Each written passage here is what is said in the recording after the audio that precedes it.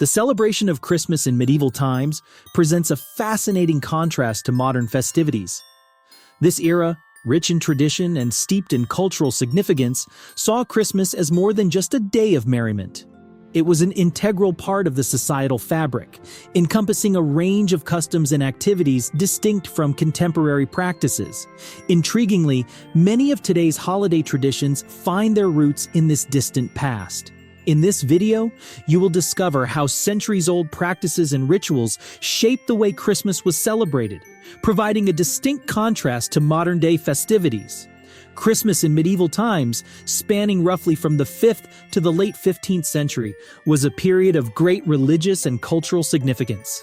The festivities during this era were not confined to a single day, but extended over the full 12 days of Christmas, from Christmas Eve on December 24th to Epiphany on January 6th. This was the longest holiday of the year, and a time when work was paused, homes were decorated, and a Yule log burned in the hearth. It was a period of merrymaking where gifts were exchanged, and people indulged in better food, including rarities like meat and fish for the poor and exotic dishes like roast peacock for the wealthy. The church played a central role in medieval Christmas celebrations. Religious communities of the time saw the local church as the focal point for these festivities, with services well attended by all social classes. Over time, these traditional services became more elaborate. A notable development from around the 9th century was troping, which involved adding extra dialogues and songs to the service. This practice eventually led to the dramatization of the nativity story and the presentation of plays within church services, featuring roles like the Magi and King Herod, and incorporating various prophets like Jeremiah and Daniel. During the medieval era, Christmas preparations were a significant part of the festive season. This period marked a break from daily toil and was the longest holiday, stretching from Christmas Eve to the 12th day, Epiphany, on January 6th. This pause in work activities, especially in agriculture, allowed people to focus on celebrating. Decorating homes and churches was central to the preparations. People adorned their living spaces with holly, ivy, bay, and other greenery available during the season. Holly, with its glossy green leaves and red berries, was particularly favored for its aesthetic appeal and symbolic meanings. Mistletoe, another popular decoration, was considered a bringer of fertility and a protector against evil. These decorations predated the now common Christmas tree, with mistletoe often forming a central piece under which couples would exchange kisses. The burning of the Yule log, a large piece of tree trunk, was a widespread tradition. Lit on Christmas Eve, it was kept burning throughout the 12 days of Christmas. This practice was believed to have pagan origins and was observed in homes of all classes. The usual plain diet of the peasantry was enriched with rare delicacies like meat, fish, cheese, and eggs, along with cakes and ale. This contrasted sharply with their everyday fare and reflected the special nature of the season. Christmas Eve brings its own set of unique traditions, blending solemn rituals with joyful celebration. It was marked by a blend of secular, pagan, and religious traditions. While it was a time for church attendance and somber prayer, as referenced in Saxon literature from 1038, the celebrations also included a variety of unique customs and activities. One prominent feature of the Christmas Eve celebration was the feast. This was a time when the bounty of harvested crops and slaughtered animals meant an abundance of food. Feasts were elaborate, even among the less wealthy. For example, Richard of Swinfield, Bishop of Hereford, hosted a feast in 1289 where guests consumed large quantities of beef, poultry, and wine. Peasants also partook in these feasts, often provided with special food by local lords. In Somerset during the 13th century, a shepherd was entitled to a loaf of bread and a dish of meat on Christmas Eve. In some regions, Christmas Eve was characterized by unique customs, like the appointment of a lord of misrule, a tradition inherited from the Roman festival of Saturnalia. This figure, chosen from the peasantry, would preside over festivities where societal norms were temporarily overturned. Priests might sing lewd songs, townsfolk could eat at the church altar, and nobility sometimes hired guards for protection. This tradition highlighted the carnivalesque nature of medieval Christmas celebrations. Another significant Christmas Eve tradition was the burning of the Yule log, a practice with roots in Druidic celebrations of the winter solstice. This log was chosen annually, blessed by priests, and kept burning for the entire 12 days of Christmas. Church services were also a central aspect of Christmas Eve, with the nativity story often dramatized in plays.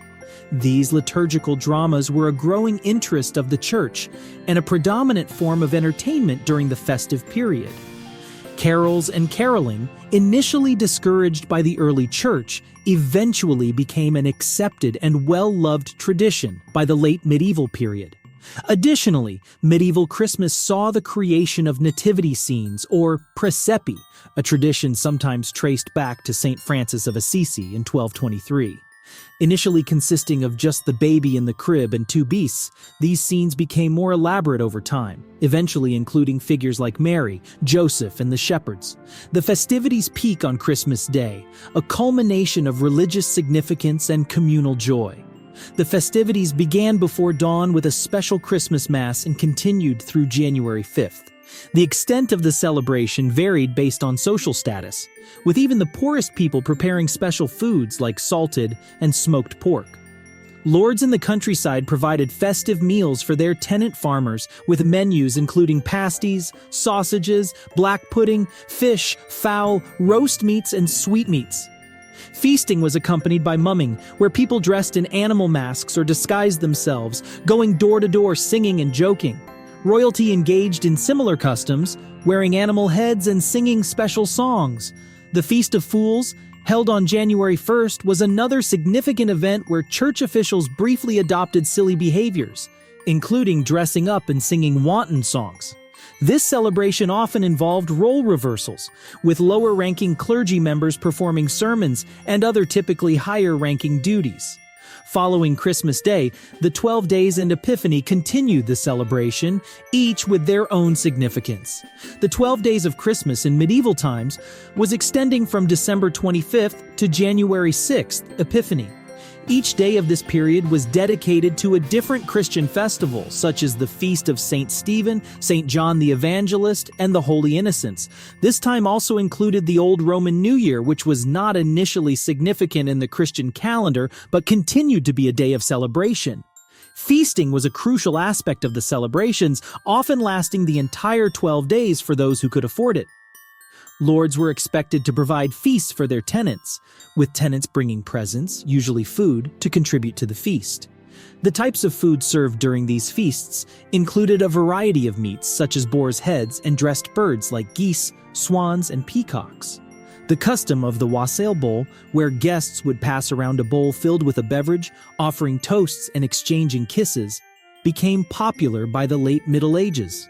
The word wassail means "your good health," and was used in any situation involving drinking. Caroling, another tradition during the 12 days, involved songs and ring dances. Initially, these carols had no specific religious association and could range from pious to bawdy themes. However, by the 15th century, singing carols without dancing became more common. Gift-giving, a Roman New Year custom, survived into the Middle Ages. By the late Middle Ages, it had become an established custom to give presents on Christmas Day. An embryonic figure of Father Christmas appears in a carol from the 1460s, where he announces Christ's birth and encourages merriment.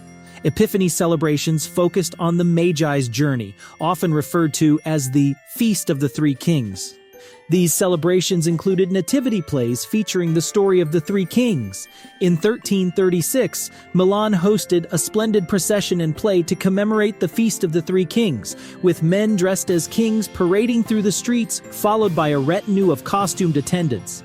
Epiphany is one of the oldest Christian festival days, commemorating the manifestation of Jesus Christ to the Gentiles and his baptism. Special pastries are a common feature in many countries' celebrations, and children often receive small gifts in their shoes, reflecting the Magi's gifts to Jesus.